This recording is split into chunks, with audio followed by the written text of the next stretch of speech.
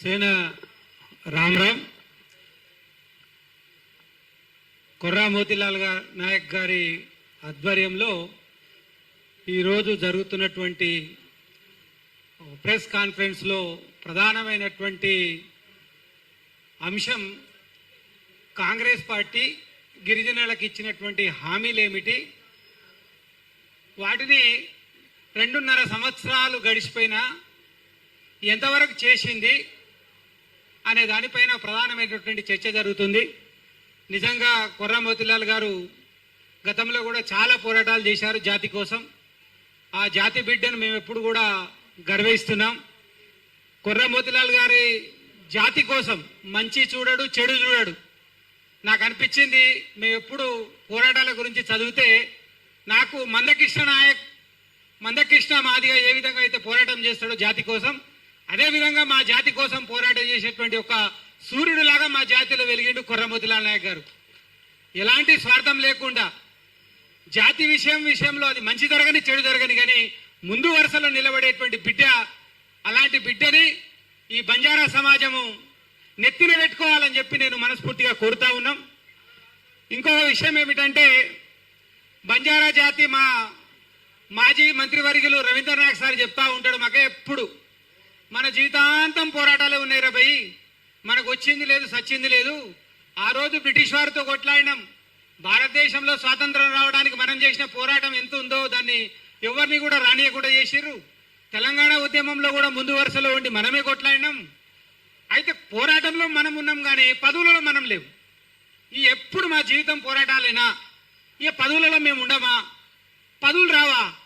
ఉమ్మడి ఆంధ్రప్రదేశ్లో ఉన్నప్పుడే రేడియో నాయక్ లాంటి వారి వ్యక్తికి కాంగ్రెస్ పార్టీ మంత్రి పదవి ఇచ్చింది. కేసీఆర్ లాంటి వాళ్ళు మా మంత్రి పదవి ఇచ్చారు. మేము ఇంత జనాభా ఉండి నువ్వు కులగణన లెక్కలు చేస్తేవి, సామాజిక సర్వే అంటివి, మీ ఓట్లు ఇన్ని ఉన్నాయంటివి, ఇన్ని మేము గెలిచినామని చెప్పారు. నిలబెట్టిన పడిపోయిన కాంగ్రెస్ పార్టీని నిలబెట్టింది మీరే అని బంజారాలని మీరే చెప్పిరి. కాబట్టి అతి ప్రేమ మాకు ఎక్కువైంది కాంగ్రెస్ పార్టీ పైన అని చెప్పి మా ఊళ్ళో యొక్క బాధ. అందుకే ఎంతసేపు మాది మాది మాది అనుకుని మా ఆవేశంతోనే మా ఊళ్ళు ఈరోజు ఇంత అక్కాసు కక్కవలసి వచ్చింది. ఇక పుణ్యకాలం 2.5 సంవత్సరాలు గడిచిపోయాయి. ఇక ఉన్నదేంటిది గడ్డు కాలం. ఇక ఈ గడ్డు కాలంలో ఏ డిక్లరేషన్ అవుతుంది, ఏమి ఇస్తారు? ఇక అరే నువ్వు ఒక్క విగ్రహం పెట్టలేవా? మా వాళ్ళు ఏం పెద్ద కోరినారు, కోట్ల రూపాయలు అడుగుతున్నారు. ఓ 10 కార్పొరేషన్లు నువ్వు అంటే శివలాల్ మహారాజ్ కార్పొరేషన్ ఏర్పాటు చేస్తాం, ఈ కార్పొరేషన్ ఆ కార్పొరేషన్ ఏమవుతుంది? ఒక జీవో కాపీ ఇచ్చేస్తే తృప్తిని చెందుతారు. ఒకరు పైసలు ఇవ్వవలసిన అవసరం కూడా లేదు, కనీసం సంతృప్తి చెప్పుకోనన్నా తిరుగుతారు మా వాళ్ళు.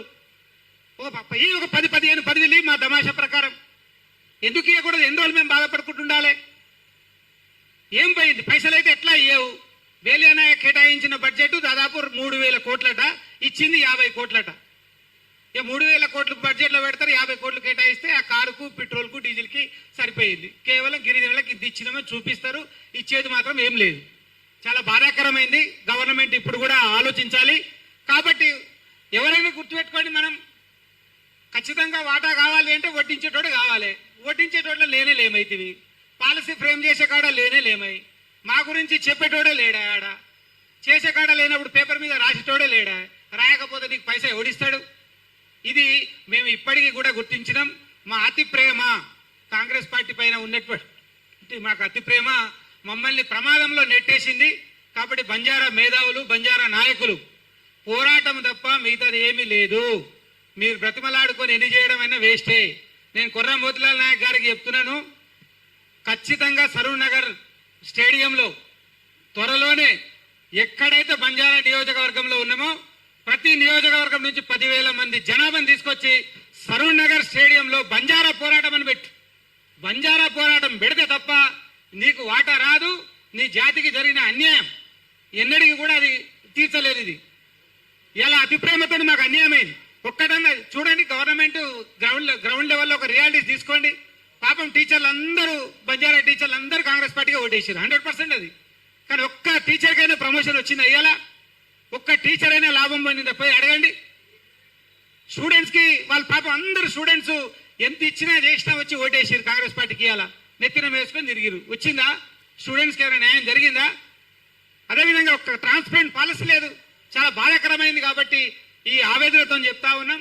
కాంగ్రెస్ పార్టీ ఇప్పటికైనా బంజారాల పట్ల ఒక ట్రాన్స్పరెంట్ గా ఒక మేధావులతోటి బంజారా నాయకులతోటి ఒక భారీ ఎత్తున మీటింగ్ పెట్టి వాళ్ళందరి యొక్క ఆశలను వారు కోరుకున్నది అయిన కాడికి మేమేదో కొండనే నెత్తి మీద పెట్టమని మేము అడుగుతలేము.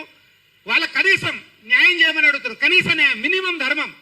ఏదో గొంతమ కోరికలు బంజారాలు కోరుకోవడం లేదు.